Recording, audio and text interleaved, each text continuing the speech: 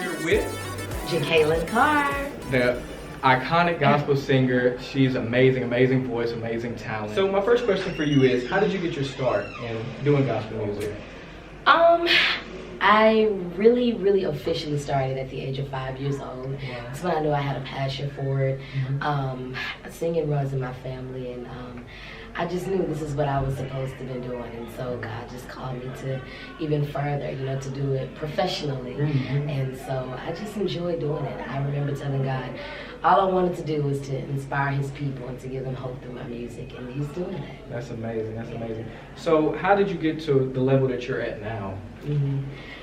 The grace of God, and not only God, but I think natural things as well, such as a good team, having that great support system, my dad, who is my manager, business partner, all that good stuff, and then, of course, other team members that, help works my ministry to make sure that from a natural standpoint, I can be where I'm supposed to be.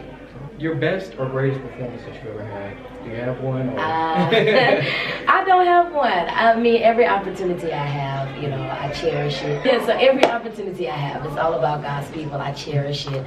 I just love being a blessing to people. What is it like being a Christian and having fame or being famous? It's definitely a great responsibility, but that was never my intentions, to become famous. I just wanted to do what I was called to do, and I tell people all the time, if you're in it for the right reason, God will elevate you in due season. I think it's important for you to have longevity in that place, for you to remember that it's not about you, it's bigger than you.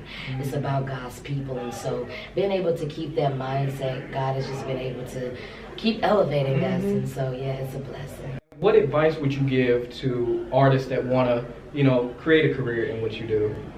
Number one, make sure it's what you're called to do. A lot of times we sometimes do it because we know how to do it, or we see other people doing it, but there's no better feeling than to know that you're operating in your purpose as you're doing what God has called you to do, because if it's purpose, it'll flow for you. You'll start seeing things happening for you.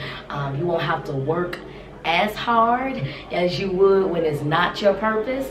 And then also make sure that you're connected to the right people. Not all things are spiritual. You got to make sure that you have those right people in place that can help push your vision and your career and what God has called you to do. Basically a great team. And then make sure that you're staying connected to the people that can help pull the best out of you. That those accountability partners, because it's more than you just being anointed, but you got to be able to handle your assignment of what God has called you to do outside of the stage as well.